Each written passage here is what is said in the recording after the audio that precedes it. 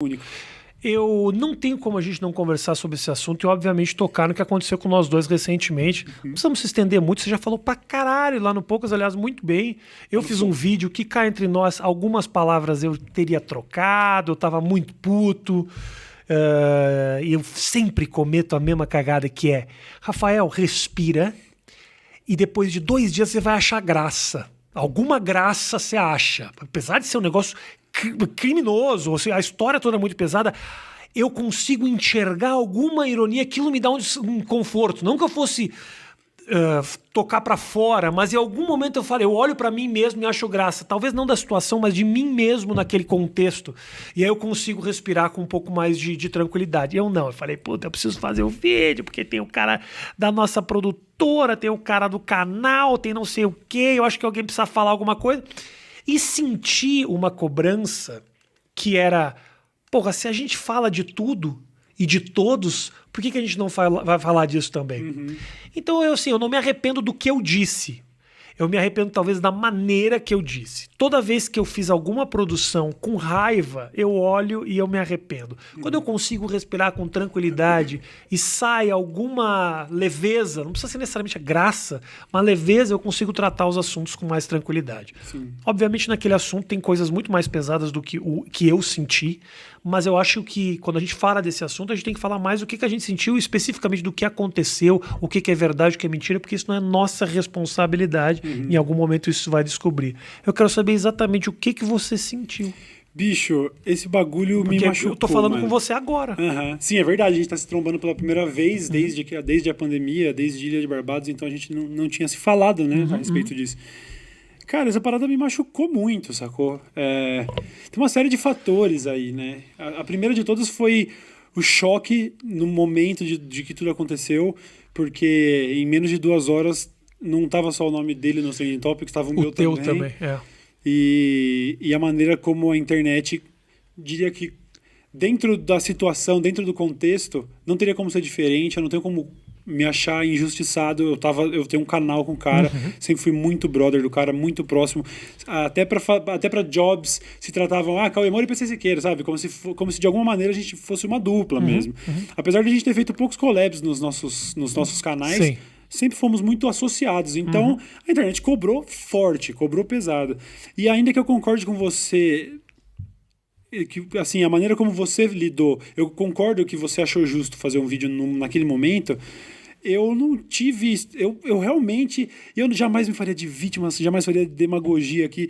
Eu não tive estrutura psicológica pra pensar em fazer um vídeo ali na Eu hora. também não, por isso que eu acho que tem coisas ali que eu me arrependi. Fiquei arrasado, truta. Fiquei arrasado porque eu fiquei muito puto depois com a situação toda, porque, sabe, era um canal em 3 pessoas e a gente lidava com assuntos onde a gente falava sobre sexo, sobre essas coisas.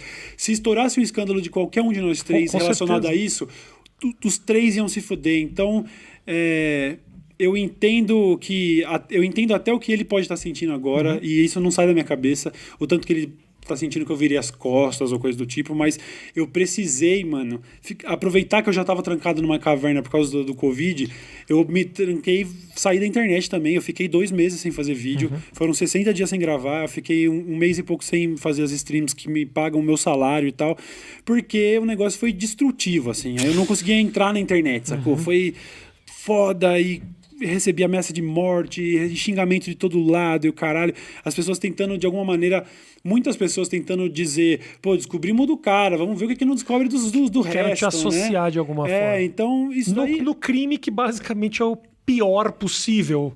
Talvez um dos piores possíveis. Mas aqueles que, sabe, se não roubou dinheiro. Você fala, pô, não fiz, assassinato, a galera passa um pano, só vê o goleiro assassinato. Bruno. Tem documentário de cara que acabou sendo liberado da cadeia, mas esse tipo de Esse não coisa rola. é um extremo muito grande, né? Então, assim, eu acho importante deixar claro, nada do que a internet fez comigo, com exceção dessas coisas mais extremas como ameaça de morte, nada da cobrança eu acho fora do normal. Eu não me acho injustiçado, eu não acho nada disso.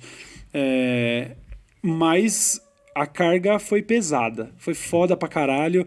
E eu já vinha mal porque eu falei muito sobre a chegada da pandemia no meu canal. Eu fiz uma dúzia de vídeos antes do primeiro caso no Brasil. A galera que me acompanha sabe como eu pilhei nessa história. Então, quando chegou, virou uma vibe horrível. Virou um merdel, juntou eu fiquei preso em casa com 130 quilos, morrendo de medo de pegar o bagulho e morrer como obeso, sacou?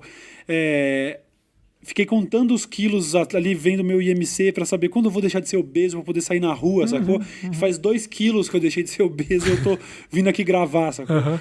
Então, isso já tinha sido horrível. E aí, tentando arranjar um jeito de ficar bem ali, gravando meus vídeos de casa que não tava funcionando. Eu voltei aí pro QG gravar com o Bulbasauro agora recentemente, mas... Você tá gravando do estúdio agora, Agora né? eu voltei a gravar do estúdio, mas já tava difícil de trampar, tava angustiante, e aí aconteceu essa porra aí. Aí, nossa, mano. Aí Sim, juntou tudo. Foram momentos depressivos, sacou? Cara, tem uma dessas coisas... eu aprendi um pouco nessa história aí, sabe? Porque é muito difícil também condenar e de longe e tudo mais. Eu já falei o que eu queria ter falado, não da maneira que eu queria ter falado, mas falei o que eu queria ter falado.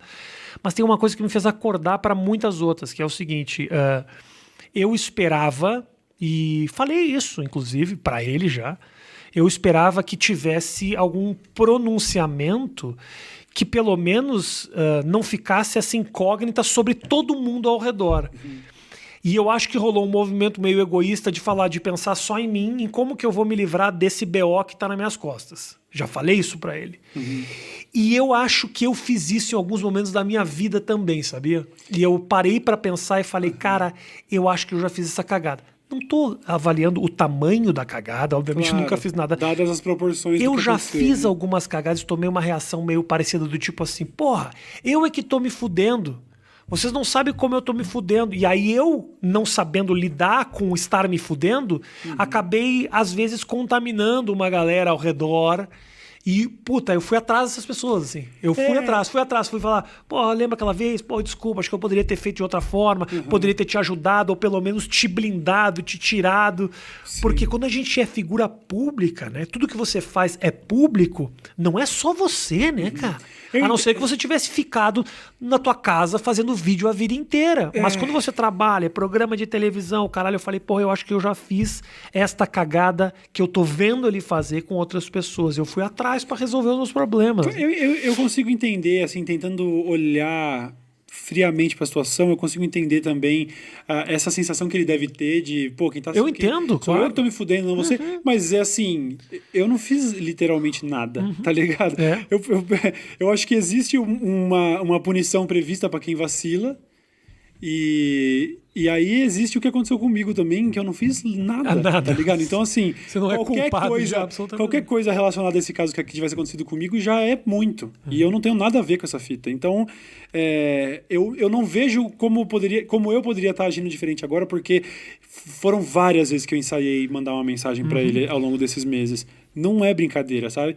Eu cheguei a escrever, sabe? Você escreve uma parada no bloco de notas pra mandar depois. Só que o que foi me dito pelos 2 nutricionistas que me atenderam e também pelo gastro que me atenderam enquanto eu perdi 22 quilos em menos de 3 meses foi: você tá com essa doença de intestino aí e você precisa controlar o seu cortisol urgentemente. E cortisol é estresse, né? E cortisol é estresse, é ansiedade, é medo, é raiva. Então, mas assim, é urgente. Eu comecei com um remedinho fitoterápico lá que não funcionou, aí eu comecei a tomar um maracujina que tem funcionado e eu achei bizarro, porque eu não fazia a menor ideia que uma pílula de maracujá... Porra, que o Silvio Santos ficava anunciando, você fala, você não tem não é resultado. possível. Que isso? Cara, é impressionante, tá diretamente associado o momento que eu tô com menos estresse, eu não sei, porque... Eu não entrei muito em detalhes, mas eu lidei com muita dor, né? Muita dor de intestino que me levou ao medo, que me levou a não comer, que me levou a emagrecer. Eu tive, por exemplo, pela primeira vez, em todos esses meses, de março até agora, foi pela primeira vez, eu peguei um Airbnb no meio do mato, esses dias aí, na Mata Atlântica ali, na região de São Sebastião.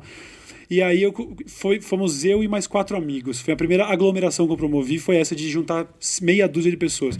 Eu passei 2 dias onde eu não estava mais doente, eu juro. Eu não consigo acreditar no poder da mente, velho. Eu tava lá. Você levou sua maracujina? Eu levei minha maracujina, eu tomei banho de rio, eu andei na praia deserta, eu não fiz mais nada. Eu joguei jogo de tabuleiro com os meus amigos. Você desligou o telefone? Não pegava área. Eu acho coisa de arrombado ficar em lugar que não tem área. Eu fiz churrasquinho, eu comi picanha, tudo, e eu fiquei saudável. Então, eu não mandei mensagem pra ele, não tentei falar com ele. Mas se cuidar um pouco. Eu acho que eu tive que fazer o meu rolê, sacou? Claro. Então, eu não sei o que pode vir a ser no futuro, não imagino o tamanho da mágoa que existe do lado de lá. Honestamente, não posso priorizar isso agora, porque teve realmente esse episódio todo que é um bagulho lamentável, que a justiça resolva mesmo, e ninguém aqui nunca vai passar pano. As pessoas...